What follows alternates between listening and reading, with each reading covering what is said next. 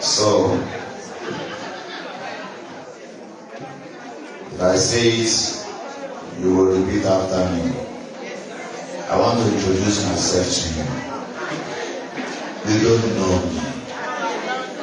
You don't know this man sitting in front of you. Are you ready to know me? If I think so, I must so. Èmi tẹ̀rí yìí mi ò jẹ́ nǹkan. Èmi ò jẹ́ nǹkan kí n tó dáyé. Lọ́wọ́lọ́wọ́ báyìí mi ò jẹ́ nǹkan. Tí mo bá kú mi ò ní jẹ́ nǹkan. Èmi tẹ̀rí yìí mi ò jẹ́ nǹkan. Èmi ò jẹ́ nǹkan kí n tó dáyé.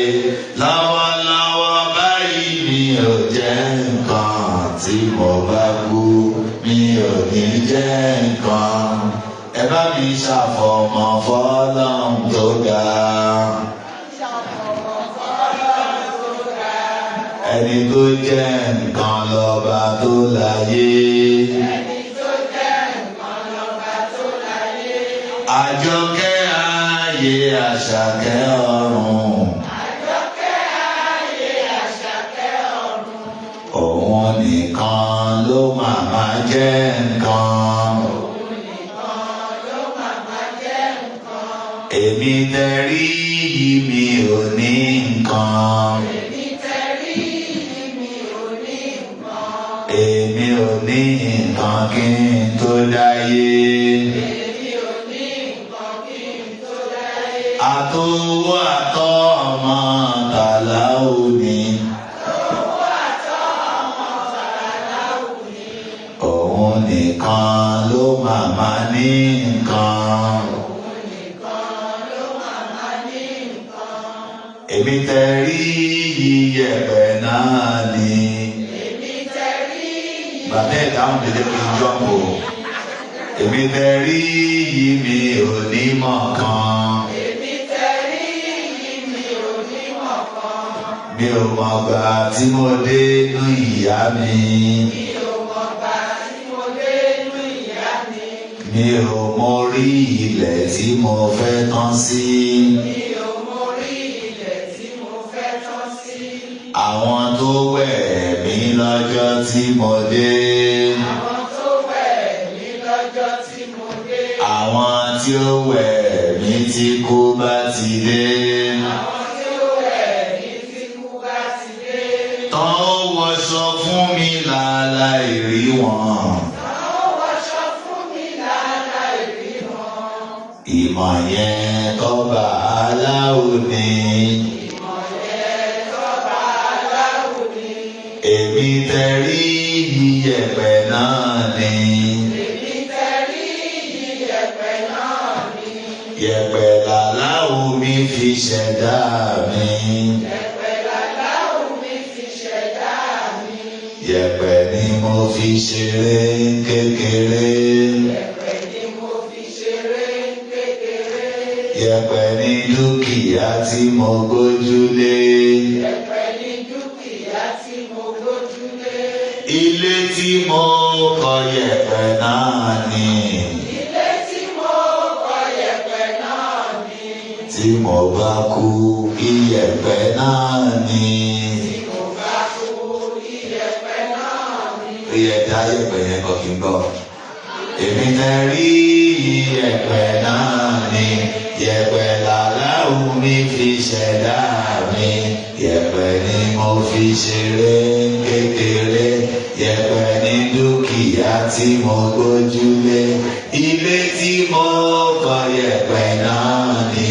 Tí mo bá kú iyẹ̀pẹ̀ náà. Ẹ gbórúkọ Ọlọ́run tóbi.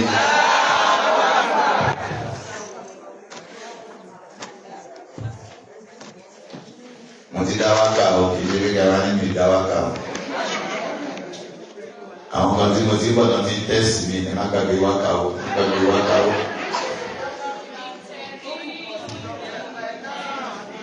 èmi tẹ̀rí yẹ̀pẹ̀ náà ni, yẹ̀pẹ̀ làláwù mi fi ṣẹ̀dá mi, yẹ̀pẹ̀ ni mo fi ṣeré kékeré, yẹ̀pẹ̀ ni dúkìá tí mo gbójúlé, ilé tí mo kọ́ yẹ̀pẹ̀ náà ni, tí mo bá kú yẹ̀pẹ̀ náà. Tó ti tó bẹ́ẹ̀ o. Adúgbò fún Ọlọ́run. We give thanks to Almighty Allah, who has preserved us till this moment. We were about going into ABC, Abi. Okay, before ABC, okay, because we are reaching ABC, let's discuss ABC. You know, everything we are discussing today is about how to feel good, right? Our Lord has the answer, and Allah will grant us His goodness in this world and in the hereafter. That's A, right? Activating events. That's the meaning of the A. Activating events. In front of A, please write what? Activating events. Then in front of B, activating events. Activating event. That's A. In front of A. In front of B, just write belief. Belief. In front of B, write belief. Then put in brackets rational or irrational. Rational or irrational. Gbogbo ẹ̀yin tẹ́lẹ̀ iṣẹ́ òyìnbó mi sí wẹ́wẹ́ lẹ́jọ́ kò sí bí. Rational káláwo orí mi sìn máa bí tìyín lórí mi. Rational or irrational. Then in front of C, write consequences. In front of C, write what? Consequences. Have you written consequences? So put in brackets positive or negative. Positive or negative. Okay. In front of A, write what? Everybody say it. Activating event. Activating event. In front of A. In front of B, write what? Belief. And put in brackets rational or irrational. In front of C, write what? Consequences. And put in brackets positive or negative. Okay, let us explain. My brothers, I'm sorry, it's my show. My mothers, my sisters, there is really no problem in this world. There's what? No problem in this world. Allah, who created this world, has said this world is full of problems. I mean, the moment Allah has informed us that it is full of problems, when we see the problem, it is no longer a there's really no problem. That's A. Anything that happens to you is A.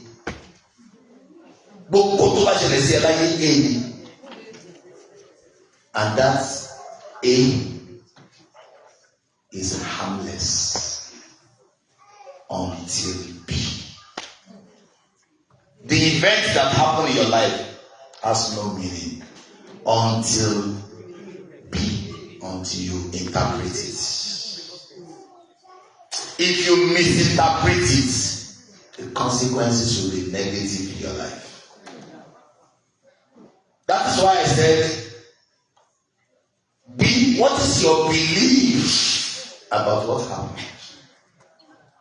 If your belief is rational, that means if your belief is according to the Quran, if the interpretation you are giving to what has happened to you is according to Muhammad, it's according to the explanation Allah has given, wallahi, the consequence will be positive.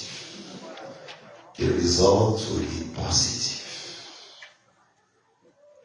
If anyone has any problem in this world, that is someone who has misinterpreted the events in her life, and the result will be negative. Events themselves are harmless. Mo bá ṣàlàyé fẹ́yìn ìyá mi, ẹ̀yin lẹ bí mi, ṣé rí ìṣẹ̀lẹ̀, ẹ sọ pé ìṣẹ̀lẹ̀, ìtumọ̀, àbájáde, nǹkan mẹ́tẹ̀ẹ̀ta bá ń báyé nìyẹn o. Ìṣẹ̀lẹ̀, ìtumọ̀, àti kíni? Ọlọ́run má jẹ́ á fún nǹkan tí ò nítumọ̀ nítumọ̀. Ọlọ́run ti ṣàlàyé gbogbo tó máa ṣẹlẹ̀ pátá. Kò ní sí nǹkan tó máa ṣẹlẹ̀ tí mi lè fi hàn nínú Kùránì ní tọ́lọ́ tí ló máa ṣẹlẹ̀. Ìṣẹ̀lẹ̀ ò nítumọ̀ kankan. Tó bá ti ṣẹlẹ̀ báyìí tètè wọnú Kùránì lọ bèrè ìtumọ̀ ẹ̀ lọ́dọ̀ Ọlọ́run. Ọlọ́run yìí tó gbé dé yìí o, kí ni ìtumọ̀ ẹ o? Tó bá ti gbọ́ sọ́lọ́run lẹ́nu, rational belief yẹn, rational interpretation yẹn, kọ́ lọ kí ẹjọ́ kejì, wọ́n máa bá ẹ nínú ayọ̀ ni. Kí ló fà á? Kí ló ṣẹlẹ̀ sí ẹ tí ò ní ṣẹlẹ̀ sí gbogbo ayé? Kò sí nǹkan náà. À ń tanra wa ni. Àní bàbá ta ọkọ̀ sẹ́nu ọ̀nà wa o. Kì í ṣàdúrà. Gbogbo ẹnu ọ̀nà náà máa bọ́ sí déètì ló yàtọ̀. Ẹ̀rú ti lẹ́ẹ̀ ní gbọ́dẹ̀. Ìyá mi, gbogbo ẹnu ọ̀nà náà máa bọ́ sí. Kí ló yàtọ̀? Déètì ìjọ tó máa bọ́ tó ní kálukú ló yàtọ̀. Nǹkan mẹ́jọ gbogbo wa ló máa ṣe. Ẹ má ṣàmìyàn, ó ti wà nílẹ̀ already. Nǹkan mẹ́jọ gbogbo wa ló máa ṣe. I'm coming to explain in English o. Má waste time ààrẹ. Nǹkan mẹ́jọ èèyàn mélòó ló máa ṣe? Wọ́n yá sọ̀rọ̀ oníkálukú sọ̀rọ̀ pé àwọn nǹkan mẹ́jọ tó kú fẹ́ sọ. Ìrírí ti yẹ̀pẹ̀ yìí rí. Gbogbo oníkálukú ló lásìkò tó máa rẹ́rìn. Déètì ló yàtọ̀. Gbogbo oníkálukú ló nígbà tó máa sunkún. Déètì ló yàtọ̀. Gbogbo oníkálukú ló máa ní nǹkan tó máa rọ̀ ọ́ lọ́rùn. Àsìkò tiẹ̀ ló yàtọ̀. Ó dẹ̀ máa rí tó máa nira fún ẹ. Àsìkò yẹn ló yàtọ̀. Gbogbo wa la máa ṣàìsàn. Àsìkò ẹ̀ yàtọ̀ síra wọn. Gbogbo wa la máa lálàáfíà. Déètì ẹ̀ yàtọ̀. Gbogbo wa la máa ṣẹ̀mí. Àsìkò tọ́lọ́run ti kọ́. Gbogbo wa la máa kú. Déètì ló yàtọ̀. Are you still here with me? So there is no problem. So I want everyone to understand that the events in our life, the reason people have problem is they are misinterpreting events. Events until interpreted do not have consequences. As I am seated here, somebody comes around and says, Honorable Yekwe Abi, gini wèrè ara ẹ pèrè. Ó ní kúrè. Lòṣìwèrè. Somebody comes with an abusive presentation. That is an event. Abi? What is the next thing after A? He has come to abuse me, to insult me. The next is B. What will I do? I will go back to the Quran to go and ask Allah, what should I do if somebody comes in to abuse me, to insult me? Then I go to Quran 25 verse 63. You are already sleeping like those who went for that judgment. I went to Quran 25 verse 63. Allah says, وَعِبَادُ الرَّحْمَنِ الَّذِينَ يَمْشُونَ عَلَى الْأَرْضِ هَوْنًا وَإِذَا خَاطَبَهُمُ الْجَاهِلُونَ قَالُوا سَلَامًا. Allah says, those who are truly my own servants, those who truly worship me, Allah the most gracious, when they meet people who abuse them, they return with words of peace.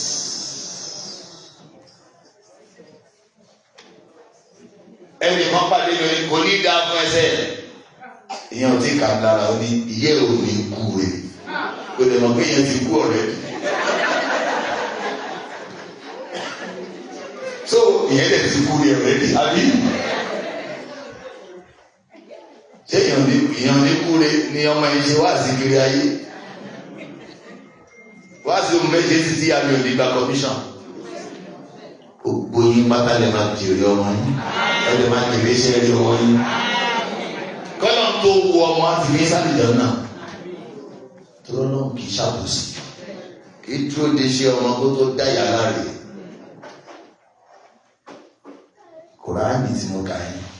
Ó ní ó máa pàdé àwọn tó máa bú ẹ o.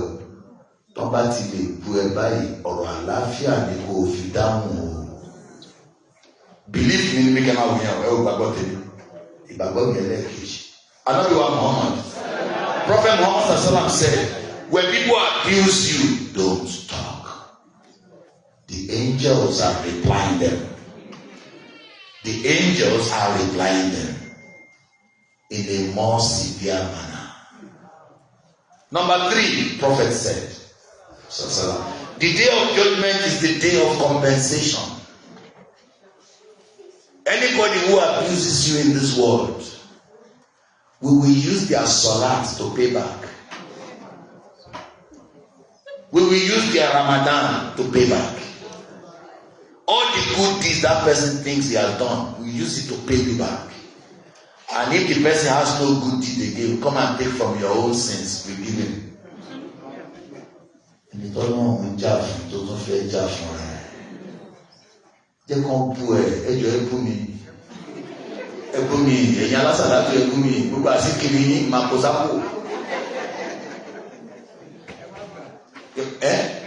Kí n má gbà. I beg you, my mothers, stop jumping into conclusion. When anything happens in your life, be careful.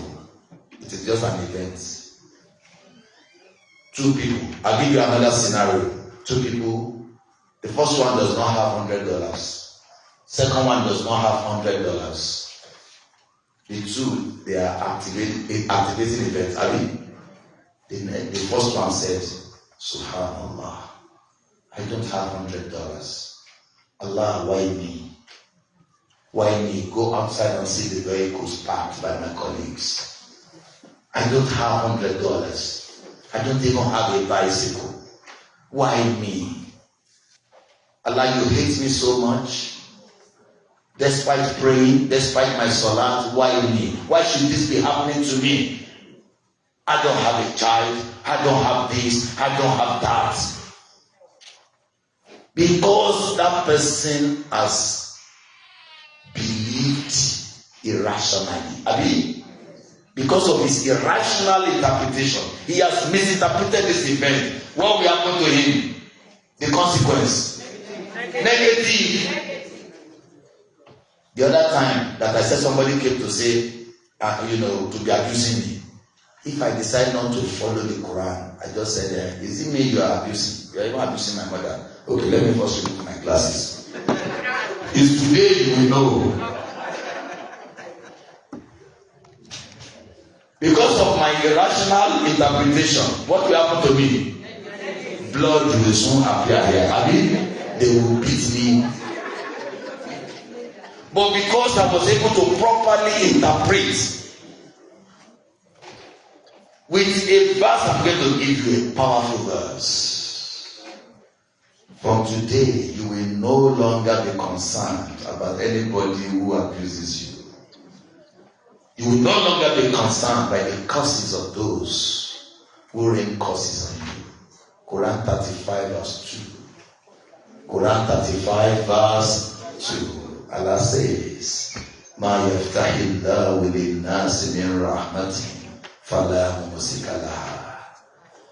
When I decide I shall be well with you, no one in this world can stop it.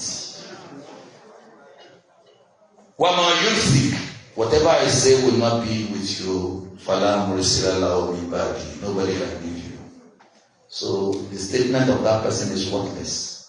Nígbà tí èèyàn wá bẹ pé kò ní dáa fún ẹ ò ní ṣorí ire tí wọ́n dẹ̀ ti gbọ́dọ̀ lọ́run ti sọ pé mọ́yà táyé láwọ̀ lè ná sí mìíràn ẹni tí ń bá ló máa jẹ́ tèmi dáadáa fàdámù sí kálá gbogbo ayé ò lè dáa dúró bàmọ́ yóò mọ̀ sí kí èyí tí ń bá dé mọ̀ pé kò ní lọ́dọ̀ ẹ̀ àdúrà gbogbo ayé ò lè mú fún ẹ wà mí yàn mọ́ so kí wá ní ẹ sọ pé it is of no consequence ẹ jọ ó dùn mí ẹgbẹ́ òyìnbó kẹ ẹ fẹ́ máa sọ àbí. It is of no consequence. That's all. Ìyá yẹn ń bínú, bàbá yẹn ń bínú, ẹgbẹ̀lẹ́ o, ẹgbẹ̀ padàdọ́ o. Àtúntò yẹn má bínú o, ìbínú yín is of no consequence. Ìtọ́lọ́mbà ló máa dá fún wọn, máa dá fún lọ. Ìyá yẹn ti sùn. Ìtọ́lọ́mbà ló máa dá fún ẹ, ó máa ṣe kí ni? Sọ pé ó máa dá fún mi lọ ní. Kí ló kọ́ ẹ pẹ̀lú pé èèyàn ṣépè fún ẹ?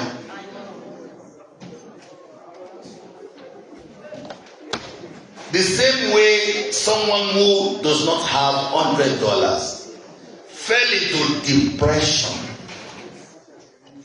melancholy, deep sorrow on account of misinterpreting the poverty she is experiencing. Let's go to the other person. And that refers to most of you who are here. She also does not have $100. But when she stood up, she said, oh Allah, my hand is more than $100 billion. Because I know those who can no longer raise their hands.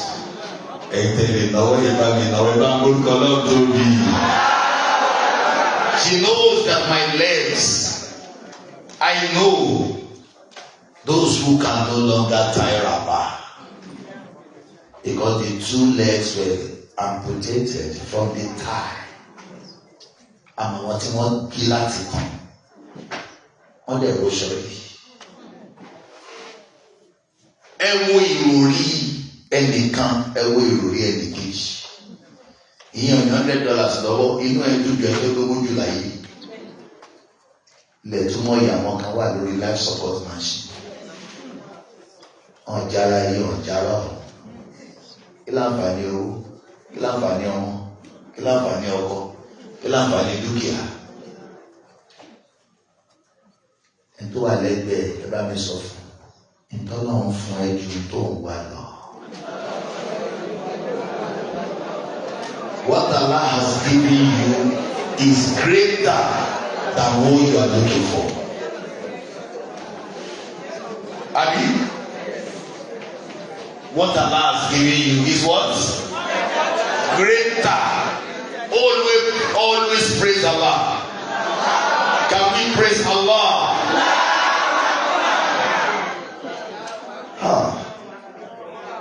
Is everything clear? Gently and so what?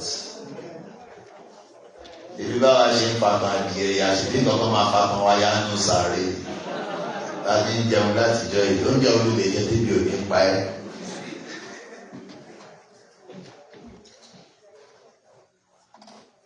Ebi ìjọsìn lébi kí ló máa gbé tabagbáwẹ̀ kí ló máa ń pa wá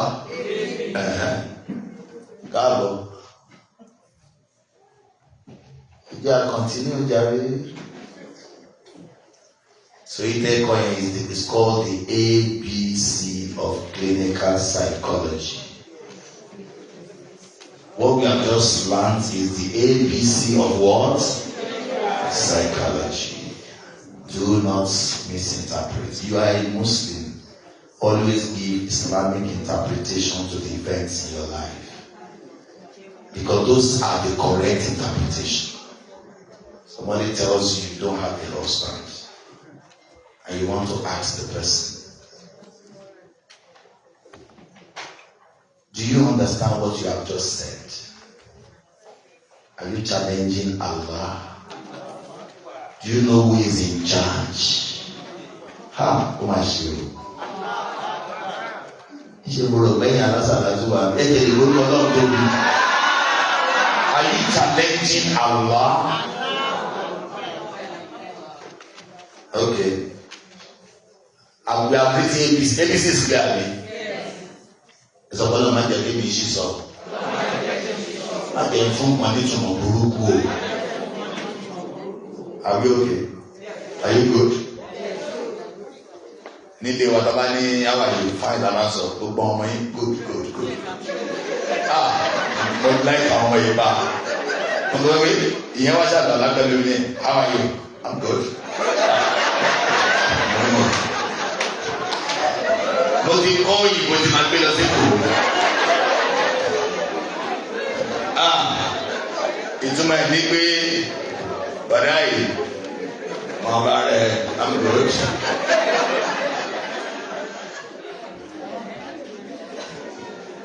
About the 4 stages. The 4 stages.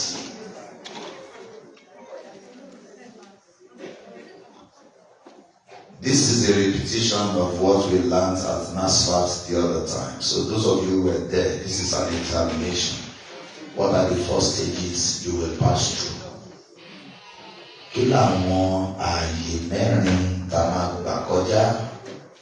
The first stage is called the stage of composition.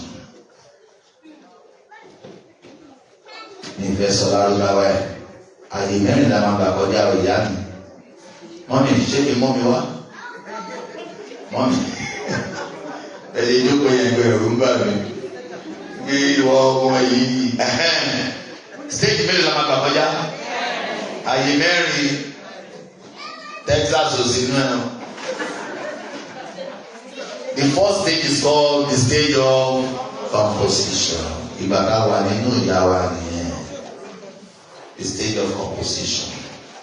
That was when we were in our mother's womb. The stage of composition in our mother's womb. Once we are delivered into this world, we begin the second stage. It is called the stage of examination. Second stage. Tọ́mọ bá wà nínú ìyá ẹ̀. Stage àkọ́kọ́ nìyẹn, àyè àkọ́kọ́ nìyẹn, inú ìyá àkọ́kọ́ máa wà. Àyè ẹlẹ́ẹ̀kejì làwọn bá bí wá sáyé. Ìyẹn náà ń pè ní àyè ìdánwò. Àyè kí ni táyé? The first stage is the stage of composition. Abi? That is the stage Allah turns the sperm to thick blood. It turns the blood to lump of flesh. It turns the lump of flesh to bone. It covers the bone with flesh. You can find that in Quran 23 verse 11 to 15. Quran 23 verse 11 to 15. I am on my own now. Nobody is cooperating with me. Your concentration level has collapsed. You are still here. How many stages am I going to witness in my life? 4. The first stage is where in my mother's womb. So, stage in your dear. The second stage is called the stage of examination. In Arabic, it is ayatu ibtila. The first is ayatu inshak. That is composition. The second is ayatu itila. But you don't need the Arabic because you cannot use it for salat. Abi? So the first stage is stage of composition in our mother's womb. Second stage is the stage of examination when you are in this world. The third stage is when you enter your grave, and that is called the stage of transition. The stage of what? Transition is ayatu barzakhiya. Ayatu barzakhiya. Transition. You know when somebody dies, they do transition, and he's transiting from this world to the hereafter. So that is in the grave. And the last stage is on the day of judgment. It is called Ayatul Jaza, the stage of reward and punishment. The fourth one, the stage of reward and punishment. Reward in Al-Jannah, inshallah, and punishment in hellfire. Okay, number one, no stage of composition.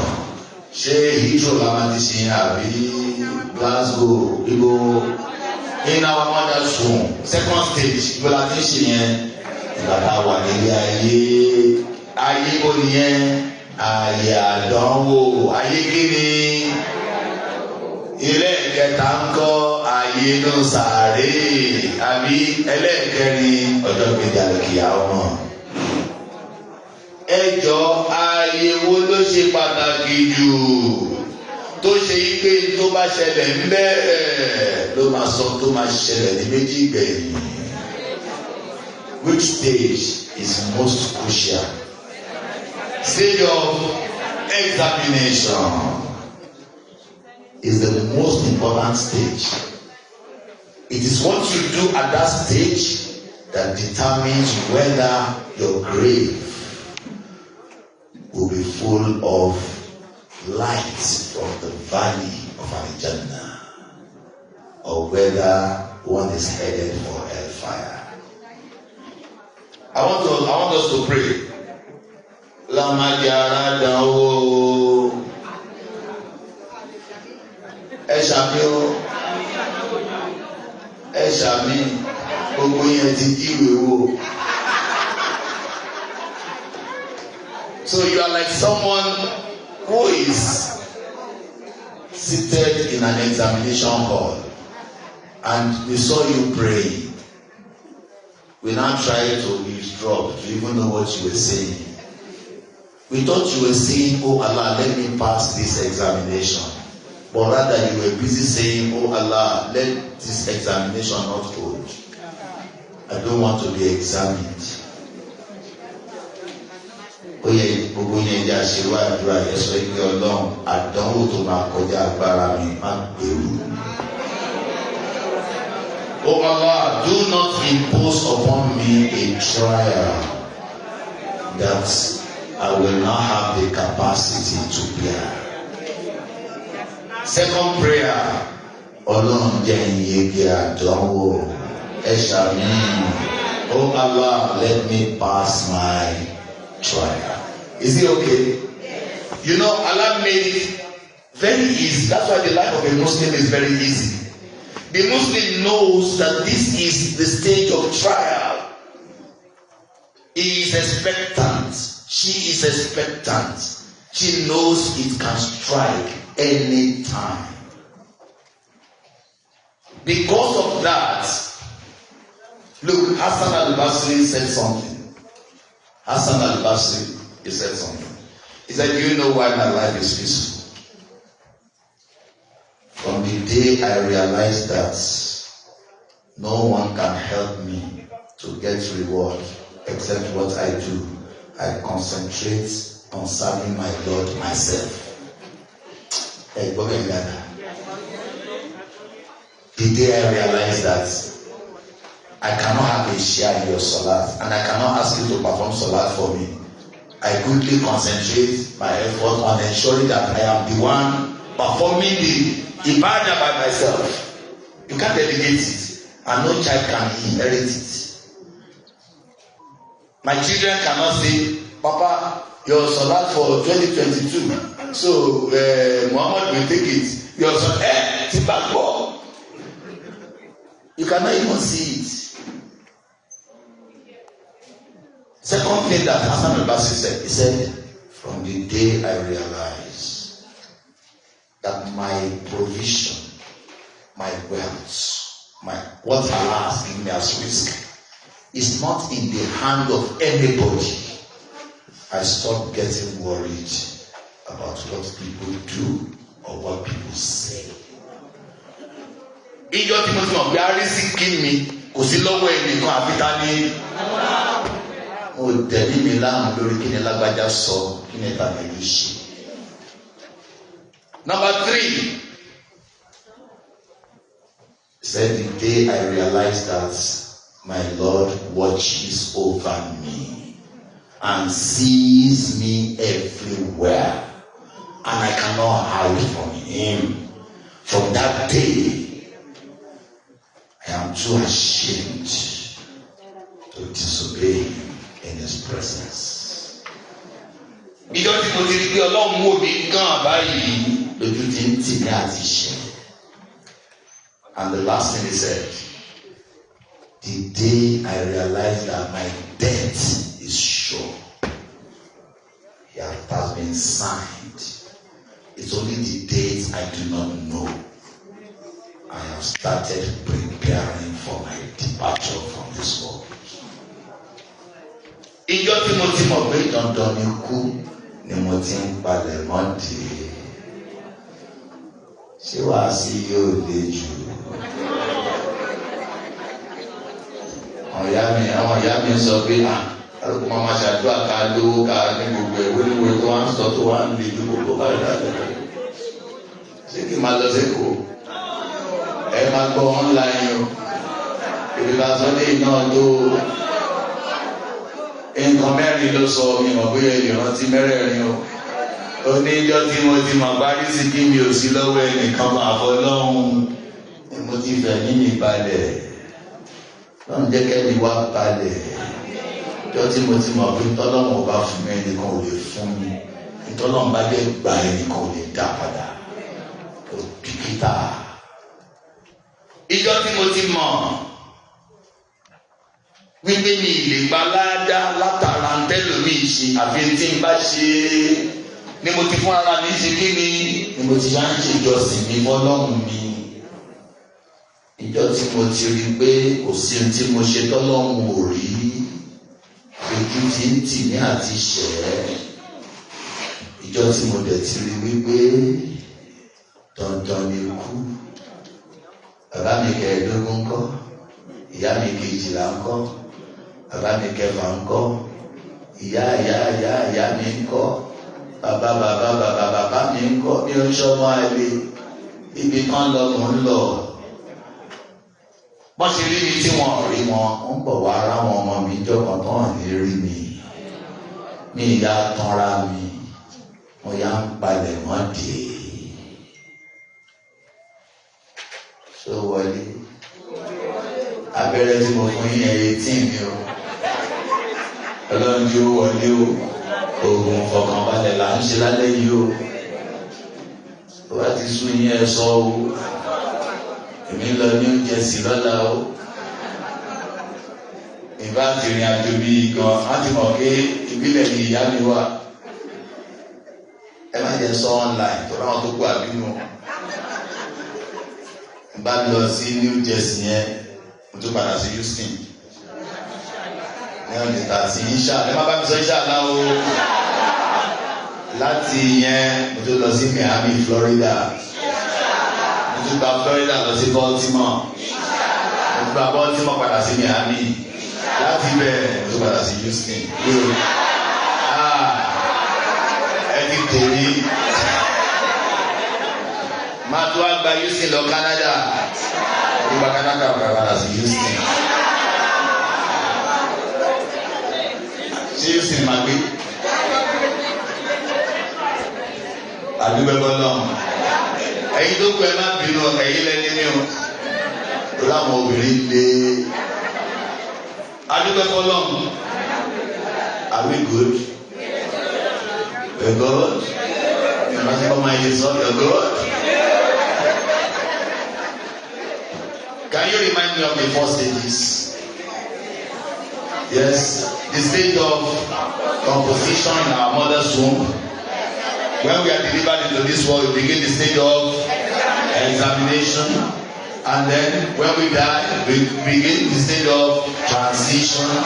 And on the day of judgment, the stage of reward and punishment. Which is the most important stage? Now, I want to talk to the examinees. Allah is the examiner. Allah tells us about this in a very popular surah. I know you all love Surah to Maliku, Abi. Allah náà mọ̀ bó ṣe sọ̀rọ̀ pẹ̀lú sùúrù ló máa sọ fún ẹ. Ó yẹ kí a ka tàbáraka lẹ̀ sí. Tàbáraka lẹ̀ sí ibi ẹ̀dí ìmọ̀lẹ́kù. Àwàlà kulli qadir. Allazi khalaqal mawta wal hayata. ليبلوكم أيكم أحسن عملا وهو العزيز الغفور. Oto mo jẹ́rìí èmi mọ̀ pé mo ti tọ́jà. Ṣé rí tó sọ ni pé wà má dàrẹ́ láàmú. Má ṣe rí gbogbo ohun tó lè tọrọ láyé. Gbogbo ohun tó bá ṣẹlẹ̀ sí ẹ pátá. Èyí tó dùn ẹnu àti tí ó dùn ẹnu má wà lọ bí kan o. Ọwọ́ èmi Ọlọ́run ló wà. Ọwọ́ ta ló wà? Ìtumọ̀ tàbáraka lẹ̀ sí nìyẹn o. Ntọ́pẹ́ mólíkù gbogbo ọlá. Ọlá ẹ máa mí ẹ má mí mọ́. Ọlá ríran ìwọ má ríran mọ́. Ọlá ìwọ rìn ìwọ má rìn mọ́. Ọlá tàbí ìṣòro kan ọwọ́ ta ló wà? Nígbà tó máa ń parí ẹ̀ àṣé òṣè ọmọ yẹn sáyẹ̀nsì àṣé ó fẹ́ ròyìn àdánwò ni. Ó ní ọlá yẹn tó tọrọ yẹn, owó yẹn, ọmọ yẹn, dúkìá yẹn, ipò yẹn tó wà látọ̀dọ̀ mi. Allazi khalaqal mawta wal hayata. Láàrin kó máa mí àti kó máa mí mọ́ àdánwò ló wà láàrin yẹn. Mo fẹ́ dán ẹ wò ṣó máa lè dúró tèmi Ọlọ́run tí ń bá mí ẹ wò. Má mí ẹ. I will shape you. Ní Quran 29 verse 2 ní kẹ́lọ́ wò. Quran 29 verse 2. Torí ó máa ń sábà ṣẹlẹ̀ sí wa. Kò dẹ̀sẹ̀ tí ó ti ṣẹlẹ̀ sí bàmá ní Ọlọ́run mò ń sìn ẹ́. Àyẹ̀kọ́. Ìyẹn ló máa ń jẹ́ why me. Abẹ́ẹ̀kọ́ why me rí. Náà mò ń sìn ẹ́. Èmi mi wá ní ọmọ láyé. Ọlọ́run mò ń sìn ẹ́. Èmi láìsàn wá kọlù mi tí ẹ lè ṣàlàyé tí ń ṣe mí. Ọlọ́run mò ń sìn ẹ́. Ẹ̀mọ tó sọ fún wa Quran 29 verse 8. Ọlọ́run ni wọ́n kí yín o. Ẹ̀mọ kété tábà rí èèyàn kan tọ́lé bàbá ń sọ̀rọ̀ sáálé wọ́n kí yín ẹ má gbọ́ o. Ọlọ́run ní àásìbà náà ẹ wá gbọ́ mi yan o.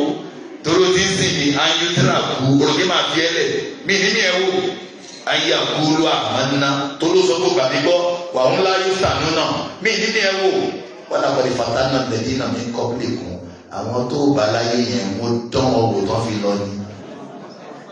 Mo ti kí ni tí ó ní falẹ̀yà àlàmọ́nà lọ́wọ́ lẹ́yìn náà sọ́dà kù tí n bá dán ọwọ́ ni máa mẹni tó dúró ti láyé lọ́la. Wala ya lama na le kazibi. Timba mi wawo la shibi oniromantu. Allah says, I will test you. I know you do not want to be tested. But the fact that you wear school uniform is not sufficient for me to give you promotion. You must sit for examination. The fact that you call yourself a Muslim is not sufficient. I will test you. It is after the test that I will know whether you are truly my servant or not.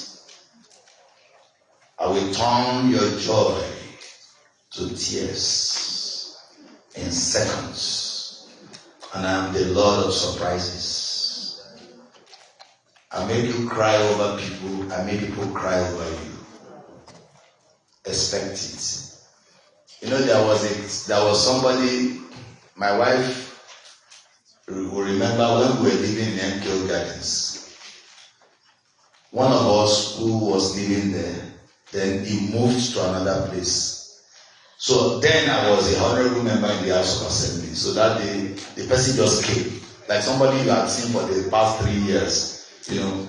And you know, as he arrived, he started telling me, in fact, I have never missed my salat. Is that information relevant to me? Why should that be the first thing you should be telling me? Say, I have never missed my salat. In fact, I've been regular. All your lectures, in fact, may Allah bless you. I said, okay. Then I remember that one of us had passed on.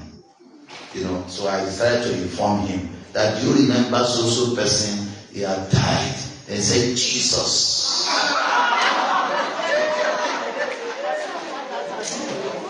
Hey, àjọ ń gbé MKO ni o ló bá kó lọ bì kan ó dẹ̀ ti pẹ́ tí mo ti rí ló bá bá mi lọ́fíìsì láfíà bí ọdún mẹ́ta pé ìfà mi ò fi ń ṣeré o ṣé èmi ni rẹ́gísítà ọlọ́run àbẹ́mi ni rẹ́gísítà mi àbẹ́mi la mission officer àbíjọ́ náà ó dẹ̀ ń rojọ́ fún mi pé mi ò fi ń ṣeré máa ń kírun gbogbo gbà èmi ò dẹ̀dá sọ̀rọ̀ yẹn mo kàn ní kí n dẹ̀ sọ fún ẹ pé aláìjì lágbájá wọ́n máa ti kú ó kàn ní ó Jesus àṣírí tó àbí òtún tábàlì náà máa sọ láyé láyé láwùjọ tó kú kò ṣe é há sórí o nítorí bá lóbi ló máa ká o tó o bá fi hùwà kò lè jáde o ẹlòmíín tá sí ẹ̀ bá fẹ́ ṣẹlẹ̀ báyọ̀ ẹ̀ máa mọ nǹkan tó ń sìn èyí tó ń sìn orò á ní orò o èyí tó gbára ní ìyá mi o ṣùgbọ́n àwọn ènìyàn lọ́hùn ìgbà yẹn ní subhanallah máa jáde ìgbà yẹn Allahu akbar máa jáde ìgbà yẹn la ilaha illallah máa jáde lẹ́nu. So àdánwò should not surprise anybody. Ọlọ́run ti wá òkè tán wá ẹgẹ́t máa dán ìwò. Ẹ̀yin tẹ́ máa sọ báyé ló ṣe mí lọ tú dànù. Àwọn ẹlòmíì aláìmọ̀ kan Ọlọ́run bá gbẹ̀mí wọ́n máa rò sí innocent people. Ẹ bọ́ lọ́hùn pàdé. Wọ́n á tún fi àjẹni tí ó sọ̀yàn nù. Ní súrátù Ọlọ́run ṣe àfàìmọ́niṣe ni ẹgbẹ́ gẹ́gẹ́ lọ́gbẹ̀ lọ́lọ́run. Amọ́niṣe ni lọ́lọ́run. Kí ló rú ẹ̀? Òun ló mọ ẹ́, alẹ́ mi ni mò ń ṣe ẹ́.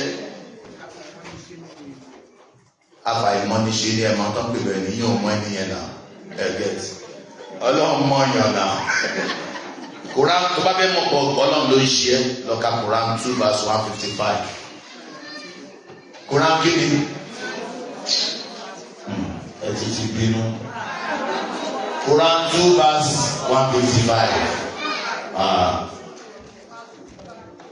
Alájà ṣe pé mi mọ ìmẹ́lẹ́ ní kí wọ́n ṣàdúrà fún mọ́mí lẹ́kọ̀ọ́ àbí mo fẹ́ ṣàdúrà fún màmá wọn màmá arúgbó màmá yẹn àfa gidi àdúrà tí màmá ṣe fún mi kọjá ìdí mi ṣe báwọn lọ ikú wọn máa dùn mí o ikú ọ̀la mi ò lè rí ikú lójú ẹnìbọ̀dì tó ń lọ kákáká lára wọn yá sóra òní mo sọ pé Ọlọ́run máa fi hàn ẹ̀kọ́ ló ń ṣe é má lọ yẹ nǹkan kan wò lẹ́ni bí àmọ́ o tó bá lọ yẹ nǹkan wò níjọ́ kan báyìí ó dẹ̀ yẹ 40 days kọ́nà tó wò bóyá wà ní tó ń kírun tó bá wà lọ gba àwọn tẹ́lẹ̀ yẹn sọ bọ́ òdì kìfìrí fẹ́ lọ yẹ nǹkan wò ó kàn lẹ́kùn ẹni ta ló wà lẹ́yìn lẹ́kùn ó dẹ̀ mọ̀ bóyá kó padà sílé èèyàn tí ò lẹ́ni tó wà lẹ́yìn lẹ́kùn ẹ̀ CCTV gan bẹ́tà o Ọlọ́run yọ yín tí ò ń ṣe ọ̀dọ̀ àwọn èèyàn wa ní CCTV ti bẹ̀rẹ̀ wọ́n máa lù yín lórí fọ́ọ̀nù akọni àtẹ̀yẹ̀pẹ̀ ni ó ti nínú CCTV o Àbẹ̀kẹ́ ìwọ ló wà bẹ́ẹ̀ mọ́mí mi wọ́n ti rí mi sá mo dúpẹ́ fọlọ́run tí ò gbé tẹkinọ́lọ́jì gbọ́dọ̀ wa kọjá o torí àìtí rí tẹkinọ́lọ́jì ló máa ti lu ayé lórí fọ́. Verse wo ni mo sọ fọlọ́n sọ fún ikú òun ló ń ga ìwò. Allah says in Quran 2 verse 155, I am the one testing you. I will test you with 5 things. I will test you with fear. If you see that you are afraid, what's the solution? Fear Allah. That's the solution. You are afraid. Okay, my dear. Okay, what will I eat? What will I drink? Okay, my children. Something is missing in your life, which is the fear of Allah. Your heart cannot accommodate 2 types of fears. Only one. Once one enters, the other cannot enter. If you fear Allah, you cannot fear what Allah has created. I get it. If you truly fear Allah, you cannot fear what Allah has created. But if you see somebody who is afraid of the witch, the wizard, Ojo, Ade, Elagbara, Elemere, go and find out. The fear of Allah cannot enter. Fear of Allah is outside. Tó bá ti bẹ̀rù Ọlọ́run, ó lè bẹ̀rù tọ́lọ́run dá. Ẹni tí ó bẹ̀rù Ọlọ́run kọ́, bẹ́ẹ̀kú kọjá mọ̀. Ológbò gbọ́dọ̀ tún kọjá mọ́ nílé ẹni tó ṣẹ̀rù. Wọ́n ní dájú òsùn o, dájú ti padà wálé o, ẹgbà wá o, ìgbàdo bẹ̀rù Ọlọ́run dandan ni ó bẹ̀rù pàtì.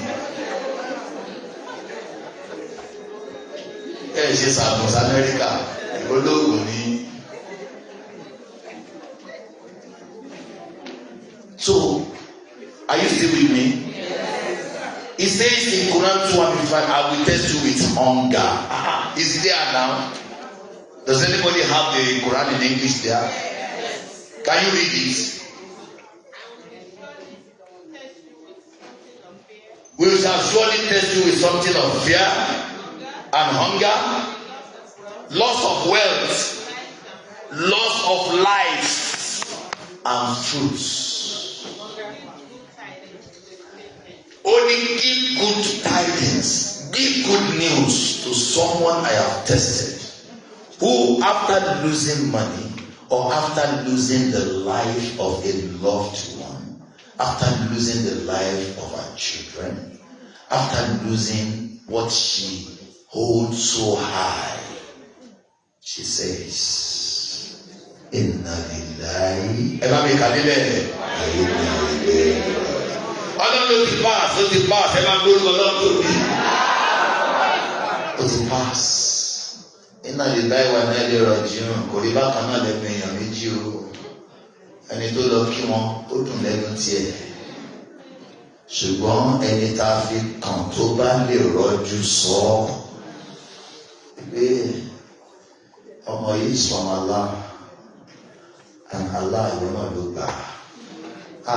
Ní ẹ bá ń falẹ̀jọ náà rọ́pò ẹ̀ fún, because òdodo gbá rẹ̀ ni mo já.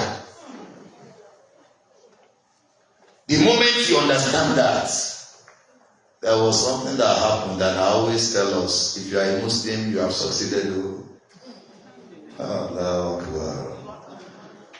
One day, during Ambodi's election, we lost 6 illustrious sons of Lagos. Àtẹ̀pẹ́ ní ọ̀bí ẹgbọ́n pẹ̀ àwọn mẹ́fà ìtòdé láti ìlú òyìnbó wà ní wọn, àwọn mẹ́fà gbogbo Ẹ̀pẹ́ kárọ́rọ́ ọmọ kábíyèsí wà ní wọn, ọmọ kábíyèsí wà ní wọn. Àjẹwálé orí omi ni lọ́jọ́ election, ọkọ̀ yẹn ṣubú sórí gbogbo wọn náà kù. Ẹkún lọ lọ́tún lọ́sì, we lost 6 of them. Èmi náà wá pè lóní wáàsí. Tá a fà yìí bá dìde tó bá fẹ́ sọ̀rọ̀ kó máa sunkún. Tá a fà wà láyé ó tó ẹkún, àìbẹ́ẹ̀kọ́. Bọ̀tì ṣé ìyẹ̀pẹ̀ náà máa sìnkún sunkún ni? Ìbéèrè tí mo bèrè ní pé ẹjọ́ o, kí lọ́lọ́run ṣe o tí ò ti lóhun ó ṣe? Kí lọ́lọ́run ṣe tí ò ti ní? Ẹnìkan ní ṣó sọ pé òun máa pa wọ́n sínú obìnrin. Mo ní bó ṣe sọ gangan nìyẹn o, nígbà Kasuatu Yasin fún wọn. Orúkọ Ọlọ́run tóbi. Ó wà ní Yasin. Kí máa gbé wọn lórí omi, ó ní wàhíì náà ṣáà ní ògiri kíhùn. Tó bá wùn mí máa tẹ̀ wọ́n rí sódò. Fàlà sọ̀rí ìhàlà ọ̀hún. Ẹnìkan ò ní gbọ́ pé wọ́n tó bá ń pariwo Palamure Kozu, ẹnìkan nílé gbà wọ́n.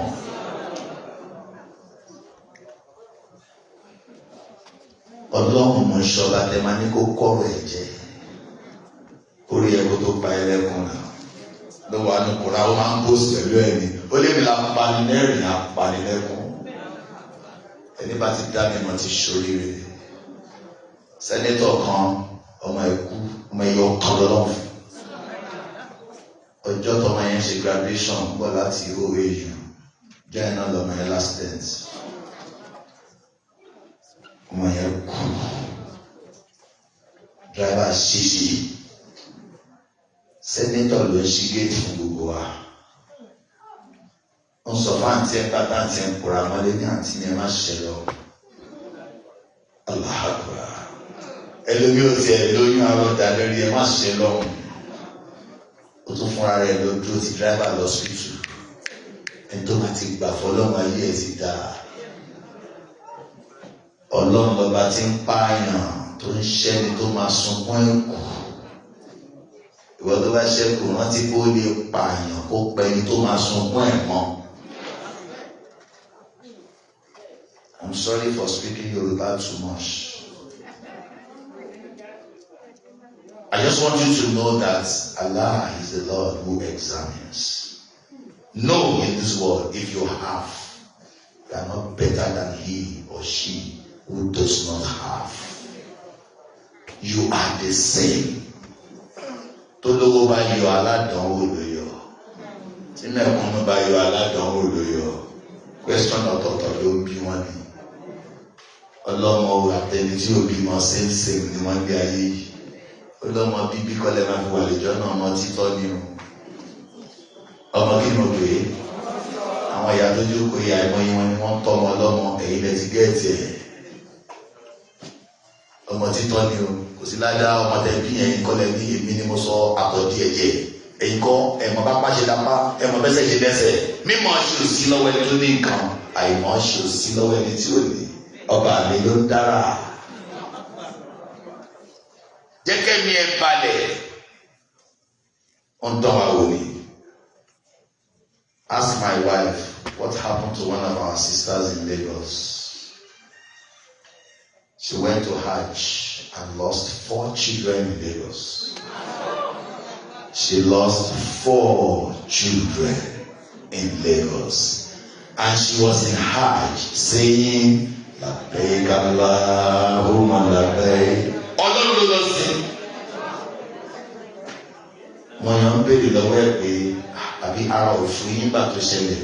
Onítàlá bá fúnyàn, ṣé ọmọ 4 lára máa fúnyàn sí? But if you see her, you will thank Allah for her. Àdánwò wà lọ́dọ̀ Ọlọ́run.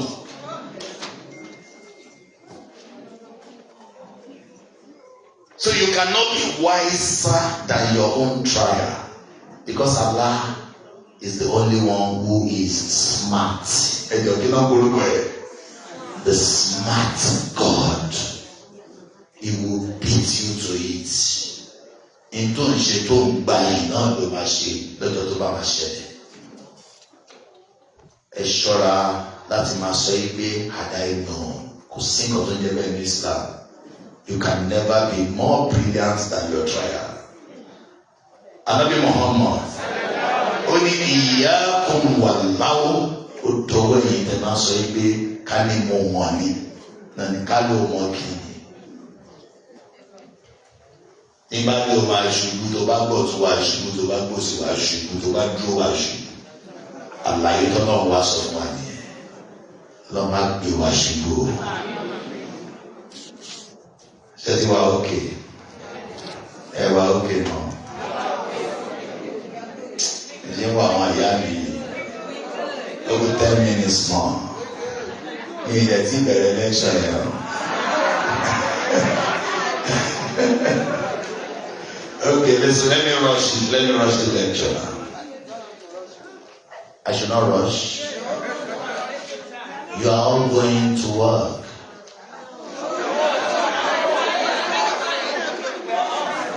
You are off. ìyàwó mi ti kọ́ ni pé wo ọ̀lẹ́ ò lè gbé ìlú wa ibi iná ń pè mẹ́ o lọ́dọ̀ máa ń délé kó tẹra mọ́ ṣe bàbá yìí. Alhamdulillah mo ń ṣe physical exercise mo ń ṣe àṣkárò mo gbà àdúgbò kan kọjá ní òré yẹ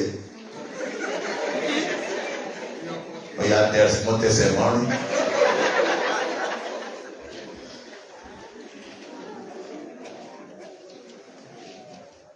I've mentioned 4 stages, have you? Okay. Everybody say touch and go. Please write it, touch and go. Don't miss touch and go. Touch and go. Oh, look at what I am holding. What's your wife? Bí mo ṣe gbé dání ẹ bá gbé sílẹ̀ ọwọ́ ìlérò mi o àdẹ́mọ̀ ẹ bá gbé dání fún 1 hour ńkọ́ fún 1 day fún 2 days.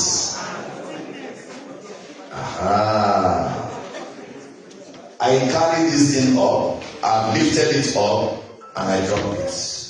I felt no pain, right? But if I held on to it for 24 hours, what happens? For 48 hours? For 7 days? Okay. Clearly? Very good. Elijah said it's not even possible because by then you will lose your arm.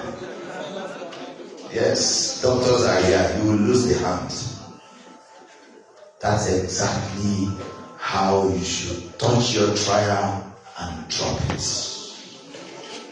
When anything happens to you, remember, touch and go. That has come, that has happened. Please, let's go to the next chapter. Don't hold on to it. Stop thinking about that child that you have lost. Stop thinking about the fact that you are yet to have a husband. Stop thinking about it. Pray always. Once you pray, leave it in the hands of who? You pray and walk. Pray and make effort. Pray, make effort. Don't think about it. Why? Everybody say, I am not wise. Only Allah is the Lord of wisdom.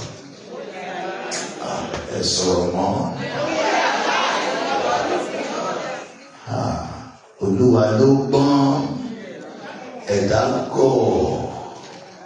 Tí nǹkan bá ṣẹlẹ̀ sẹ́lómi báyìí, ẹ bá máa rí lẹ́nu ọ̀rọ̀ ẹ̀ náà lóyún ro. Tó bá dọ̀la òun lóyún ro. Lẹ́ẹ̀kan ẹ̀ ní máàmù kìíní dání for 1 week. Ìwọ́lé ìyòrò problem yẹn for 1 week. Òun ló for 1 month. Òun ló for a year. Ó lè pèrè Mùsùlùmí.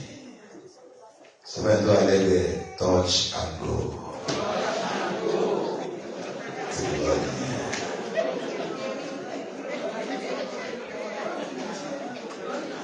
Ṣèbóbìnrin yẹn, obìnrin tí mo lórí sọ̀rọ̀ mẹ́rin, she invited me níjọ́ wo ni. Kíkà báwọn ṣe kó mọ́, fún kan náà mọ́ tó bímọ. Touch and go nìyẹn. Ẹlòmíì àṣírí ẹni pé kò sí happiness mọ́. Ìwọ́n sọ pé ó lùsọ ọmọ, ìwọ rẹ ni tó lùsọ ẹ̀mí ẹ̀ ló ti bímọ. Kò jẹ́ sí láyé láti mọ ọ̀dọ́ ń pè lọ́mọ. Mo rántí obìnrin kan tó ṣe é gbé ní èjì tọ́ báyìí, ó paralyze. Bí wọ́n wá ń gbé lọ sí hospital, náà wọ́n ń gbé àwọn ọmọ òun wà lọ hospital, so wọ́n ń gbé àwọn ọmọ yẹn wá fún immunization, wọ́n dẹ̀ gbé òkú ìyá wọn jáde. That was a symbolic period. If Allah does anything in your life, don't hold it too tight. He has tested you. Should I shock you? But that's not a shock anyway. There is nothing you have witnessed. There is nothing you have witnessed that you will be the first, not the last. ẹnìkan kú ní Magodo èmi náà ní kí wọ́n ṣe lecture obìnrin ọkọ ẹ̀ ló kú ó ṣubú ó sátara everybody bá ṣàǹjú èmi tẹ̀lé bẹ̀rẹ̀ lecture question of my bẹ̀rẹ̀ because ọlọ́run ò ní sọ̀rọ̀ kẹ́ni kó kọ́ ọ̀rọ̀ jẹ́. Somebody lost her husband at Magodo. Very painful. For those who know what it means. Very, very painful. But then she lost herself. So don't lose yourself. So people were struggling to make sure that she was not naked because she was just throwing herself up and down. So, and it was time for me to give the lecture. So I just asked, because Allah says in Quran 3 verse 140, for those who still want to write. Allah says in Quran 3 verse 140 that if I touch you with anything, I have touched millions before you. I have touched thousands before you. And that is the nature of the calendar. It moves around on different occasions. You know, so I asked, I said, maybe among those of you present, do we have anybody who has lost our husband? Over 60 people raised their hands. I did not see anything. Nobody calmed her down before she calmed herself. The Ashe Alumni Association that were doing. And you know Alumni Association? The way it touched you was the way it touched all the 60 people. In fact, the one that shocked me most was when I gave a lecture at the program where the woman who lost 4 children, we decided to organize a prayer session, you know. And I asked at that program, if you have lost your child, can you raise your hand? Over 100 raised their hands. For you to know that people have just been fortunate to be Muslims, and they have decided to move on. Get me, Jean? Nítorí kálukú ń bá yí tó bá ṣe mọ́ ẹ, ẹ̀rọ àgbà ẹ̀. Islam tó ní ló ṣe rí tí inú ẹ̀ ń dùn ju tiẹ̀ lọ. Wọ́n máa ń bà wá nínú jẹ́. Islam ń ṣẹ̀sìn wá gba àgbàlá, wá gba ìgbàlá. Ojú mi á rí ràn ó pẹ́ kó tó fọ́. Islam ó máa polótú fún ẹni bá fún ẹ lọ́mọ má rẹ́rìn o, má rẹ́rìn, má fẹ́ tí ò bímọ rẹ́rìn o, torí kẹ́ tí bá máa gbà lọ́wọ́ ẹ̀ ẹkún ẹ̀ máa lé jẹ́ni tí ò bímọ lọ. Dúró déédéé, kò sí nǹkan kan bí tó ń wò yìí, kò sí nǹkan kan láyé. Kí ni mo sọ jọ náà? Ẹgbẹ́ máa dán. Ṣé touch and hold kílẹ̀ àṣà? Tó bá jẹ́ òun yẹn kọ touch and hold. Because touch and hold ló fa depression. Ó láwàá ta ní sẹ́, okay, ibi tí mo ti bẹ́ẹ̀ fi ṣọ́ọ̀kì yìí ni pé àwọn olólùwà máa ń dánwò. Ṣẹ́ni tí ọlọ́run láìkì ló máa ń dánwò abẹ́rẹ́ tó bá dán bá láìkì. Wà láyé tó bá láìkì ni. Ẹ dárúkọ ẹni tó láìkì ní lórí ilẹ̀ ayé. Ànábì Muhammad. Allah loves Muhammad more than any other creature, but gave Muhammad the most severe trials. If your own father died, oh, Baba Miziko, he did not even see his father. When my mother was alive, I know what it means to have a mother. You know she sang for me. You did not watch our song. She will hold me like this. Hey, God, I don't want to sing it. You want to hear it? Mo délé yìí ó mò ń béèrè àdára níjọ. Èmi ládára níjọ yẹn. Mo délé yìí àkànmú. Èmi làkànmú. Mo délé yìí mò ń béèrè ó mò ń béèrè àdára níjọ. Èmi ń béèrè àkànmú. síbi kan. She will sing for me, I will forget myself. You understand? So you all know who a mother is. Gbogbo ọmọ wa lọ́ba àforíjì wọn. Ẹ̀yọ́ kí ni mo sọ kí ni já sọ̀rọ̀ bàbá mi ní? Ọ̀rọ̀ náà bí mo ọmọ mo sọ. A ní ìyá mi á ní olówó mọ̀ ń bá ròde àkànmú àkímù. Olówó mọ̀ ń bá ròde ọmọ Rìsíkà bí màá ó yàn gbogbo ayé ló gbọ́. Orí ẹni gbọ́dọ̀ kọjú ẹni ṣe lẹ́ṣọ̀ mọ́. Gbogbo àwọn ìyá wa tí wọ́n jókòó yìí Ọlọ́run jẹ́ ìjèrè iṣẹ́ ọwọ́ yín. Àwọn ìyá rí 30 July ẹni tó lùlù kí náà wọ́n lè dùn. Ẹ fi gbogbo tẹ̀lé tọ̀ wọn ọjọ́ àdìkì àwọn ẹ̀ máa rí bí ẹ̀ ṣe lásán. Ànábì Muhammad orí àgbéjọ ọmọdún mẹ́fà ló wà ẹ̀mọ́ bí àlímọ̀ ti lọ́tọ̀. Ọmọdún mẹ́fà ló wà náà ń gbà yá ẹ̀dá ni. Ẹ wo kọ́ńfọ́ọ̀tì yá. Máa ń sọ báwọn èèyàn tó mọ́ ọmọ tí a lè ta kí n tó lè sanwó lọ́sùn. So gbogbo àwọn nǹkan ilé máa rí pé nǹkan náà pè ní yàrá yìí yàn. Ọlọ́run tó dènà ìmọ̀ ọmọ. Èwo nífẹ̀ẹ́. Look at what happened to Muhammad sallallahu alaihi wasallam and compare that with your own. Allah gave Muhammad Khadija. Ẹ̀yàwá lóbìnrin tẹ́ máa tọrọ láyé ní Khadija ìyàwó Ànábì Muhammad.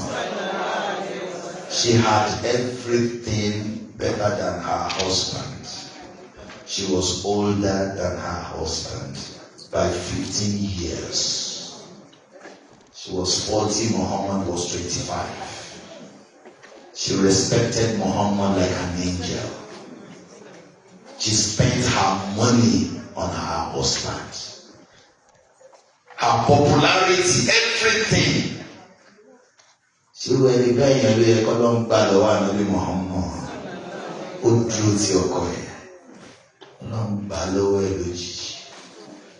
Ó wá gbà á lọ́jọ́ tuntun ní ọdún kan náà ló wá gba àbútọ́lìbù ẹni tó jẹ́ pé ó dúró bíi kékeré nǹkan ní iṣẹ́ wọn ọmọ. Ọlọ́run fẹ́ fi kọ́ Ànábì ní kinní kan máa gbára léèyàn. Èmi Ọlọ́run ni kò gbára lé. Ẹ̀kọ́ tàwa kúlù síbẹ̀ ẹ̀kọ́ tàwa kúlù. Rely on no one but who? Nobody is talking now. Rely on no one but who? If you say you don't have a child, I will tell you that Aisha, the wife of Muhammad.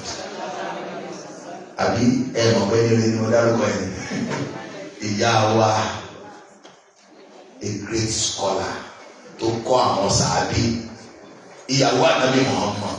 Ṣé kò máa dúró àṣẹ ni? Olóyún àárọ̀ dájẹ́. Afusa ìyàwó Ànábì Muhammad. Olóyún àárọ̀ dájẹ́. Zainab òbí mọ́ bá Ànábì Muhammad. Mo lè máa kà wọ́n lọ. So kàn wá sọ pé kéèyàn lọ́mọ kó fọmọ pààyàn lẹ́kún ẹ̀mẹ́fà ló ṣe fún Ànábì Muhammad. It is not you, it's not about you. Understand the religion. That's why it tells you that the best example for you to emulate is Muhammad. If you are trying to measure success, can you tell us the most successful people, that person in this world? Prophet Muhammad Nani, the most successful person is Prophet Muhammad. So if you are witnessing any of this trial, you are going to be the most successful also like Muhammad. Because it's just an evidence that you are witnessing what Muhammad had witnessed. Ẹ̀dẹ̀rẹ̀ o, a lè ṣe pàtírì lẹ́kṣọ̀ yìí ní ìjọ tí ń bá dé láti ibo nìyẹn náà. Ṣẹlẹ̀ àmì 13 àbí. máa ti lọ níṣẹ́. ìyẹn weekday yẹn. I will let you know, sir. I will let you know. So ẹ kàn kọ ilé yìí kékeré owó àbí mo ṣe mo kóòtù kúrò àlàlà rẹ mo ti kóòtù àbí. náà bá lẹ́bí bẹ́ẹ̀ yà mádà rẹ láàmú ẹbí nǹkan tó ń pè lẹ́bí mádà rẹ láàmú lé lórí o dáadáa lọ́dọ̀ ni kò máa ṣe sí wọn o Ọlọ́run ni má retí dáadáa látọ̀dọ̀ ẹni kankan o ẹ̀yin tẹ́ wà bí ẹ̀gbọ́n mi mọ́ o kí lọ́lọ́run ní ká ṣe sí wọn ìjọ ní ká retí nǹkan lọ́dọ̀ wọn máa ṣe dáadáa sí wọn èmi Ọlọ́run ni máa san ẹlẹ́san o má retí kankan lọ́wọ́ ẹ̀dá kankan o kí ló máa ṣe sí wọn kí ló yẹ kí ìyàwó máa ṣe sọ́kọ pẹ̀lú olówó ṣe bá ń sà. I want to beg you. I want to beg you. I want to beg you. Be an abundance of good to the following people. Do good, do good, do good. Because you are transacting business with Allah. Your parents. Your parents. Any parents. What I'm saying now is the same whether they are alive or dead. In fact, if you understand Islam, you will do a lot of good to the departed soul.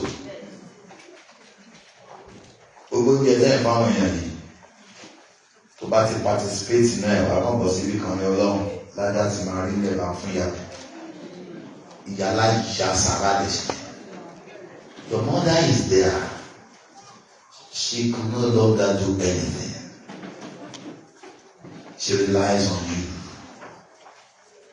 Gbogbo tọmọ bá ṣàdúrà àbọmọ ṣe sàrà ìjọ ayọ̀ ní fóònù nínú sàrè. I will tell you something that happened. Ìyàwó mi lọ́jọ́ pé ogun ọjà ń gbogbo ìyàwó mi ẹ̀dá àbí ọ̀dọ́ àwájú. Ṣùkúrà náwó àwọn tó wà lẹ́yìn pẹ̀lú ẹ̀. Ṣùkúrà náwó sókè kan náwó sókè. Ẹ bá ń gbé ọlọ́run tóbi. Ìyàwó orí ilẹ̀ ń wò yìí. Ọlọ́run kó máa bá mi dùnú kalẹ̀. Àtọ́jú àmúrewé yẹ̀pẹ̀ nìyẹn o. Behind every successful man, all around every successful man.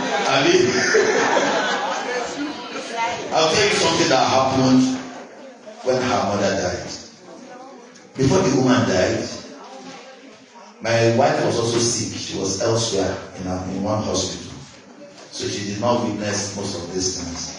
But she knew that her mother said she wanted to establish a madrasa where they will teach people Quran. So she did not know that she was about to die. But she wanted to establish the madrasa. So her husband said, I will be the one to pay for the afa. He said, like, you cannot pay for my afa. I will pay for my afa by myself.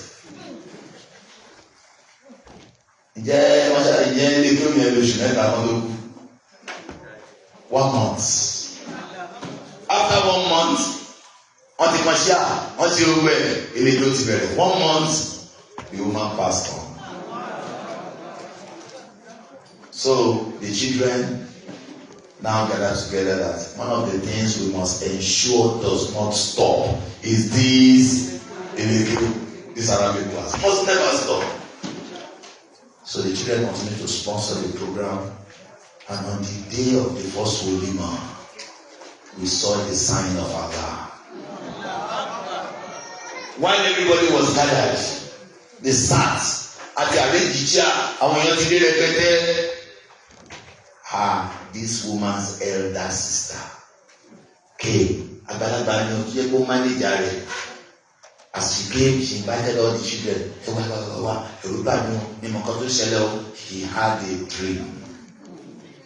She said, I saw my sister well dressed, as if there's an occasion. So I was afraid that somebody want to die. Is he preparing to receive another person? now said, look outside. It is the Wolima of her madrasa. She said, I saw her arranging chairs. Emma mi lórúkọ Ọlọ́run tóbi.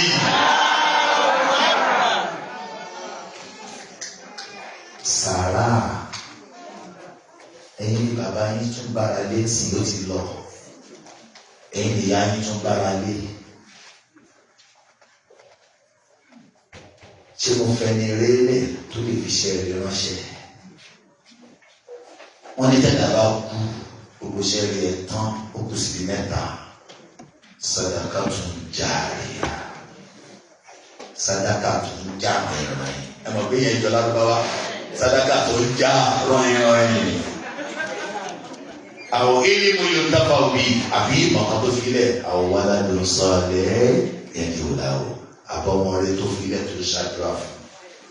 Nǹkan pè lọ́mọ̀re kì í ṣọmọ tá a bí fúnra wa nìkan o. Àwọn ẹlòmíì ọmọ wọn lé ní 100 wọn jẹ̀bi kankan bẹ̀rẹ̀. Àwọn ọmọ àdìjọ náà nìyẹn. Wọ́n ti touch àwọn èèyàn. Èèyàn kankan tó touch ó ti jèrè àdìjọ náà. Are we here? So when I say be good to your parents, am I referring to the parents who are alive alone? No. I'm also referring to the departed souls. If I say be good to your wives, I'm also talking of wives who have died. Anabiwa Muhammad, he will celebrate the friends of Khadija after Khadija's death. Ako wọn lọ agbẹrun tó lè Khadija. Ẹ máa jẹ sára àyà. Ìyàwó àṣìbẹ̀ ọkọ ẹ̀ náà. Ọmọ yẹn mo fẹ́ sponsor ẹ̀. Ọ̀fọ̀ ànàbí òkè Ọlọ́run dáadáa tó bá wà ní ìbá fọkọ mi. Dáadáa tó bá wà ní ìbá fún ìyá mi. Bí èèyàn bá ṣe ń bá gbé èèyàn sí i. Mo wá bẹ ẹ̀yin tẹ ẹ̀yin ní wọn láyé. Ẹ bẹ̀rù Ọlọ́run. Gbèsè ni o. Ẹ̀ǹtẹ̀ bá ní ìyá láyé kí ni mo pè wọ́n? Ẹ tọ́jú wọn. Ẹ tọ́jú wọn. Nítorí yín jẹ̀yà. Nítorí wọn jẹ̀yà. Ẹ ti jókòó lérí tí wọ́n lọ dààmú. Ẹ jẹ́ kí wọ́n jókòó lé ẹ lọ dààmú. Kì wá ṣe ẹni tó bí wa nìkan nìyá wa. Yes or no? Kò sí ìyá tó lè ṣe dáadáa fún nínú Islam tó lè má wà níjọ́ náà. A ní aṣẹ́wó ó fún ajá lómi. Ọlọ́run pẹ̀ṣẹ̀ rẹ̀. Ẹ tó bá tọ́jú ọmọ èèyàn kọ́. Òun ẹgbẹ́ pé tó jẹ́ mùsùlùmí ìyá kọ̀ọ̀kan nìyá ẹ̀. Ìyá ẹ̀ máa ń pọ̀ abẹ́rẹ́ ọmọ bá òkè nísìn ìyá mi kọ́ àbí òkọ̀ sí. Ẹjọ́ alébìkiri ìyá mi lẹ jẹ́. Bẹ́ẹ̀ náà ni tó bá jẹ́ mùsùlùmí ọmọ ẹ̀ máa ń pọ̀ kí ló fà á? Ó ti gbàgbọ́ yé pé gbogbo ẹ̀ tó bá touch ọmọ ẹ̀ nìyẹn. Àbúrò wọn máa ń pọ̀, ẹ̀gbọ́n wọn máa ń pọ̀. Eye máa retí nǹkan lọ́dọ̀ èèyàn, ẹ máa retí ẹ̀ lọ́dọ̀ ta ni. Ó yẹ kó zero expectation leads to zero disappointment. Ẹ bá ń kó òyìnbó yẹn, zero expectation leads to what? Zero disappointment.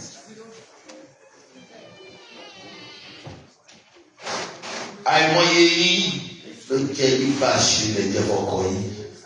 Ẹ má sì rè gún o, tàbí má sẹ́sán yẹn. Obìnrin ọ̀sọ̀rọ̀ mọ́ owó.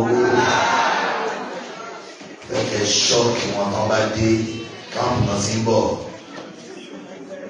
Mo ti bá wọn sọ dẹ́ndẹ́ wọn ni mo ṣe lẹ́ṣọ̀ fún láàárọ̀ yìí. Ẹ̀yin ọmọ ẹ ṣe kí ni? A ṣe fídíò ẹ̀ ẹlọ́ngbójá lọ káàmù tó ní nẹ́tíwọ́ọ̀kì.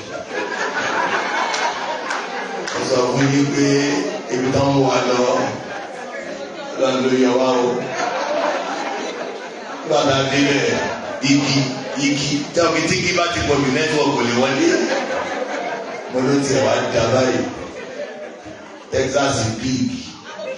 Báyìí wọ́n ló gbó báyìí ni mo rántí Boko Haram. Ayé wa náà létí pé o sí lẹ́kọ̀ọ́. Àwọn want to tell you that we had a very nice time.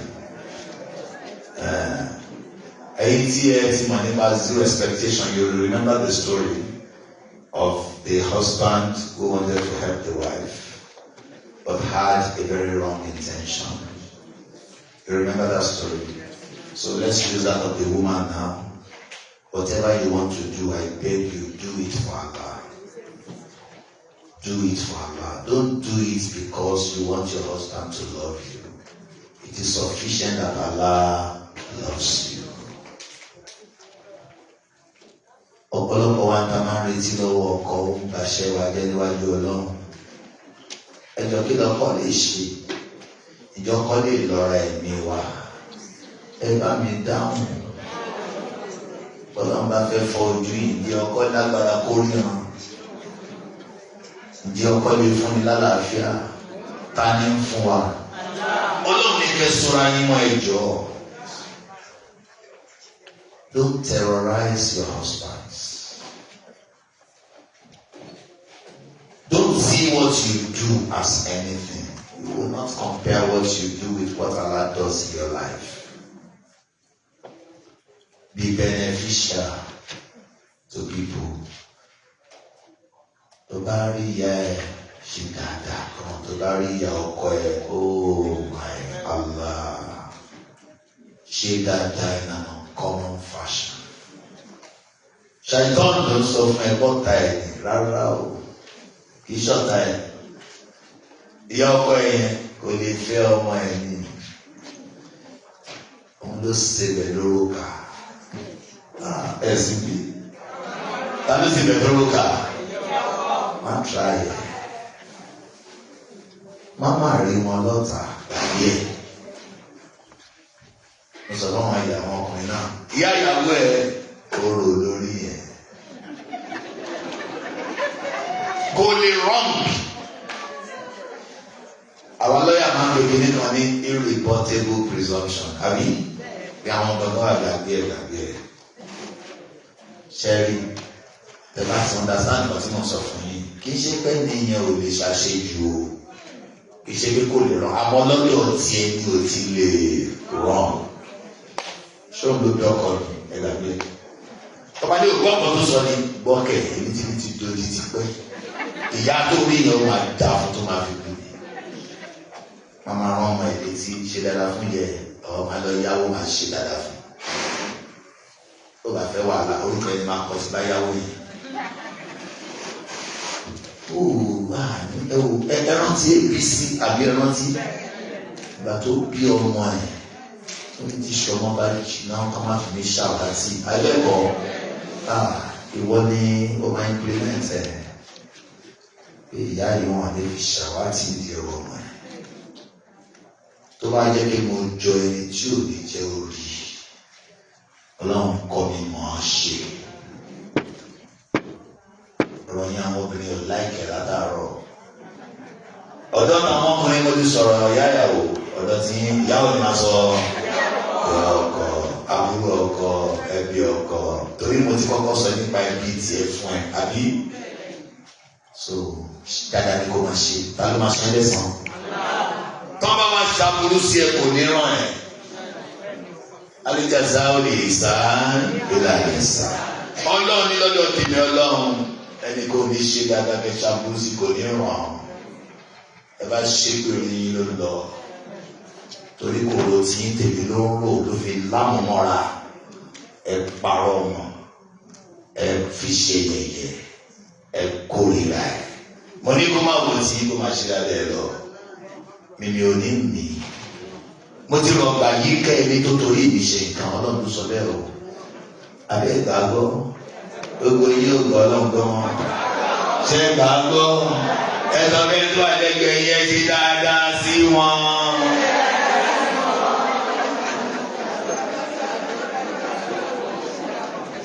Máa tẹ́sì lẹ́kṣọ̀ ìwò, máa tẹ́sì ẹ̀ táwọn ọkọ̀ yín bá dé láti káàpù wọn bẹ́ẹ̀ yín ẹ wà nínú wọn. Máa tẹ́sì ẹ o. Tó bá dé báyìí jẹ́ kó mọ̀ yìí pé omi tuntun ti rú. Àbí mọ̀ ń tara mi. Ṣé ó rú dáadáa? Sí kankan dáǹtì. sọ fún àwọn ọkùnrin kí ló fẹ́ gbà lọ́wọ́ ìyàwó ẹ̀ kó fẹ́ pa á ní expectation ẹ̀ ti pọ̀ jù. Love her unconditionally. Ó dún mi ní lẹ́sọ̀ yẹn ò ṣe translate. Mo jẹ́rìí iye máa lọ jókòó tì báyìí ní pé ṣó o gbọ́ nǹkan tó ń sọ.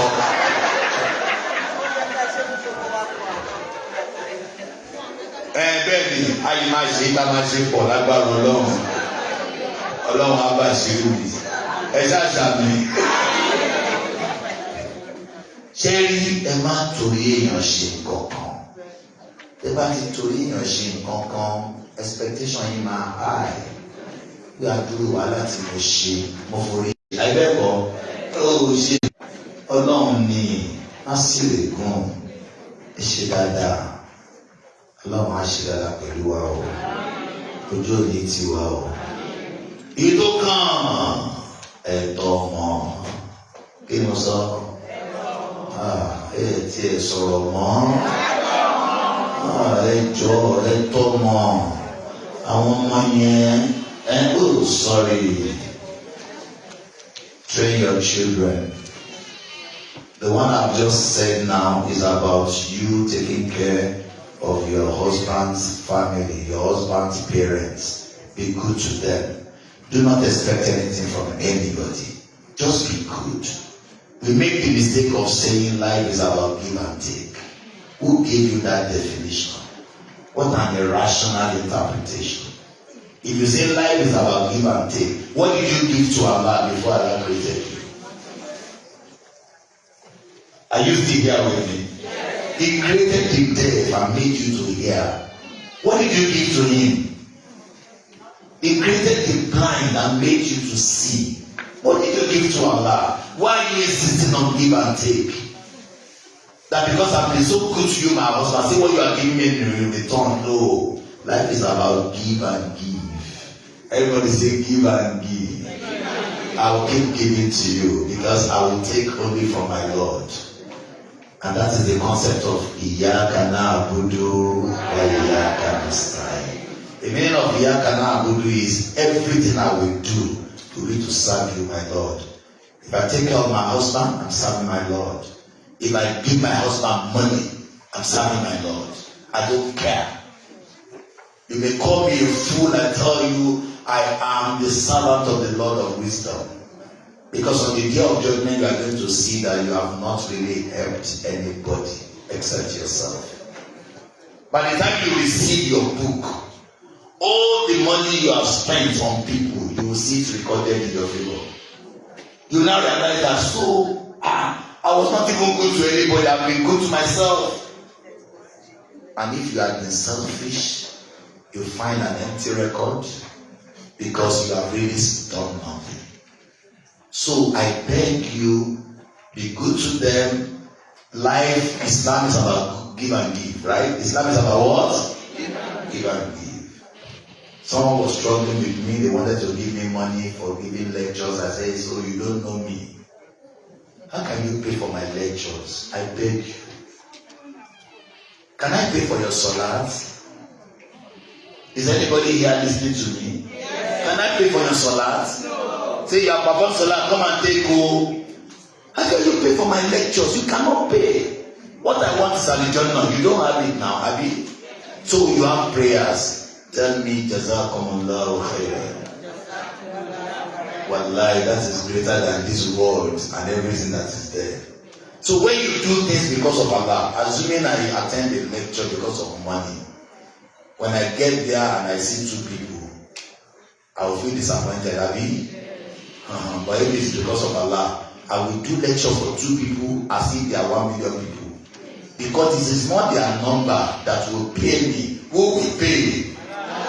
Allah is the one who pays. Do things because of Allah and forget it. Are we okay? You now stop saying forget it. It's not forget it. Forget it. Do it because of Allah.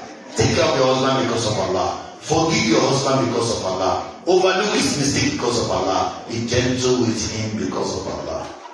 Should I give you the verse? Quran 3 verse 159. Quran 3 verse 159. 3 Surah Imran. Allah says, "Fabima rahmat min Allahi laytalahu." Be soft. It's a mercy from Allah that you are gentle with your children. Be gentle with your parents. Be gentle with your spouses. وَلَوْ كُنْتَ فَاظًّا غَلِيظَ الْقَلْبِ. If you are too hard-hearted, if you are too harsh, لَفَضُّ مِنْ حَوْلِكَ. You won't see anybody with you now. فَاعْفُ Overlook their mistake. وَاسْتَغْفِرْ لَهُمْ. Seek forgiveness of Allah for them. وَشَاوِرْهُمْ فِي الْأَمْرِ. Don't say, "I will not discuss my matter with him." فَإِذَا عَزَمْتَ. If you decide, فَتَوَكَّلْ عَلَى اللَّهِ.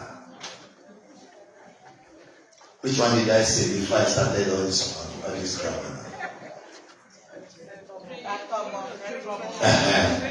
And now I wanted to end with child upbringing. We are in a different world.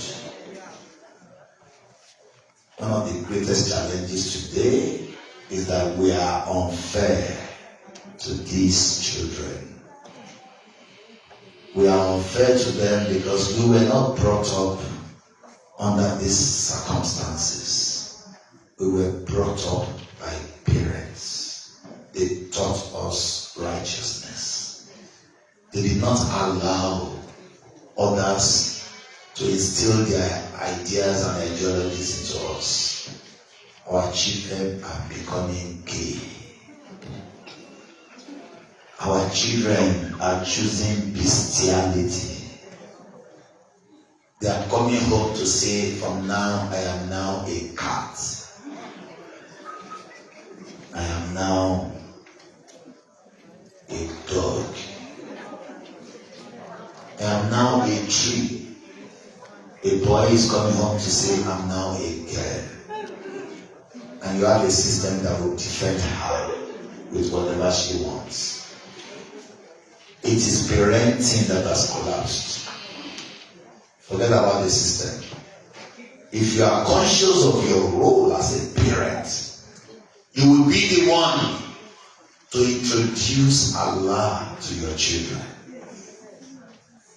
You walk.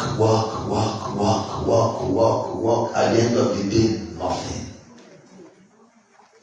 You cannot defeat this country. You can see buildings. One asks about the owners. Many are gone. You think you are in a country where people don't die? Is that the feeling you have? You will leave everything and go. The dollars will be irrelevant in your grave. We taught ourselves 4 principles of success. Who remember? Okay, many of you did not come to that lecture. Receive. Yes, amen. I don't know some lecture. Okay, write these 4 principles. 4 principles of success in Islam. Receive is number 1. Receive. Use is number 2. Pass on is number 3. Number 1, receive. Number 2, use what you have received. Use what you have received. Number 3, pass on to others. Pass on to others. And number 4, be patient when the trial Allah has promised you begin to unfold. Be patient. What's number 1? Receive. What's number 2? Use what you have received. What is number 3? Pass on to others. What's number 4? Be patient when the trial Allah has promised you begin to unfold. What does it mean to receive? To acquire knowledge. This lecture now, what are you doing? You are receiving. Are you? You are receiving.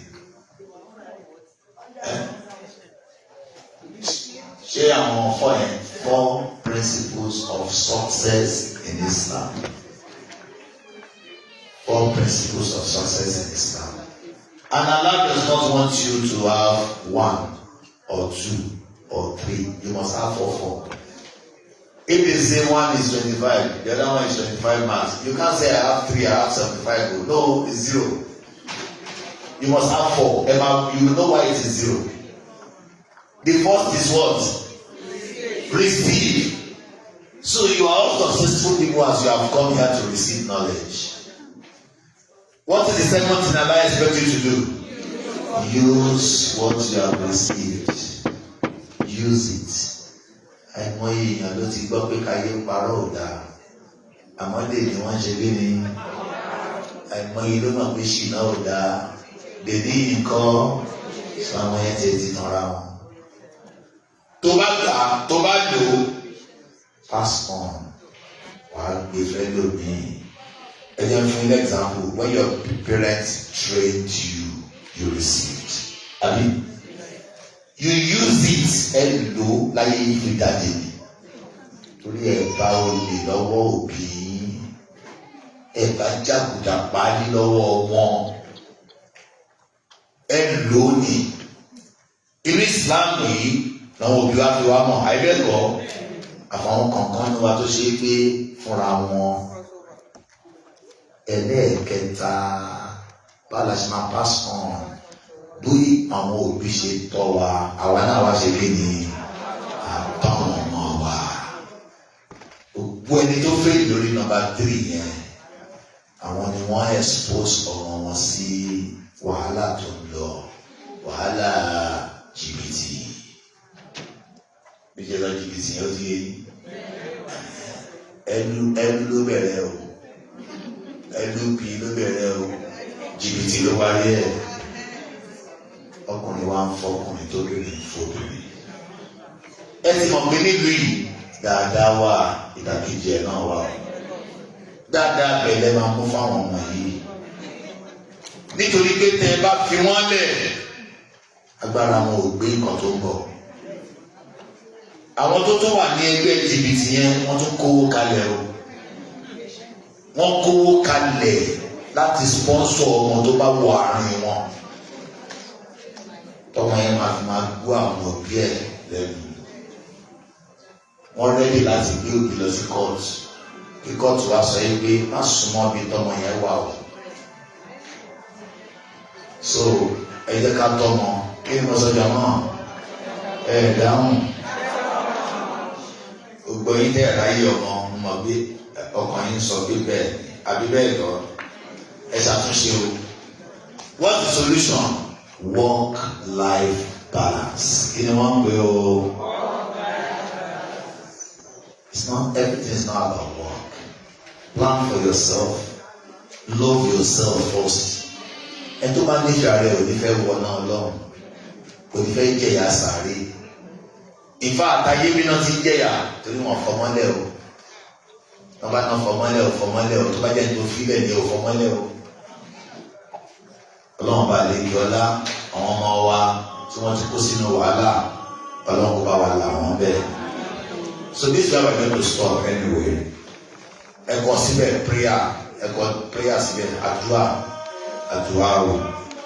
So ohun tá a ṣe lónìí Ọlọ́run máa ṣe láṣẹ mọ́. Ọlọ́run kó dùn yín kálẹ̀ o. Ọlọ́run máa ṣe wá ní agbọ́mágbá o.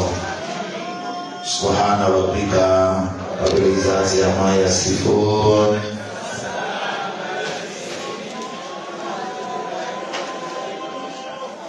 Sallu ala nabi karim.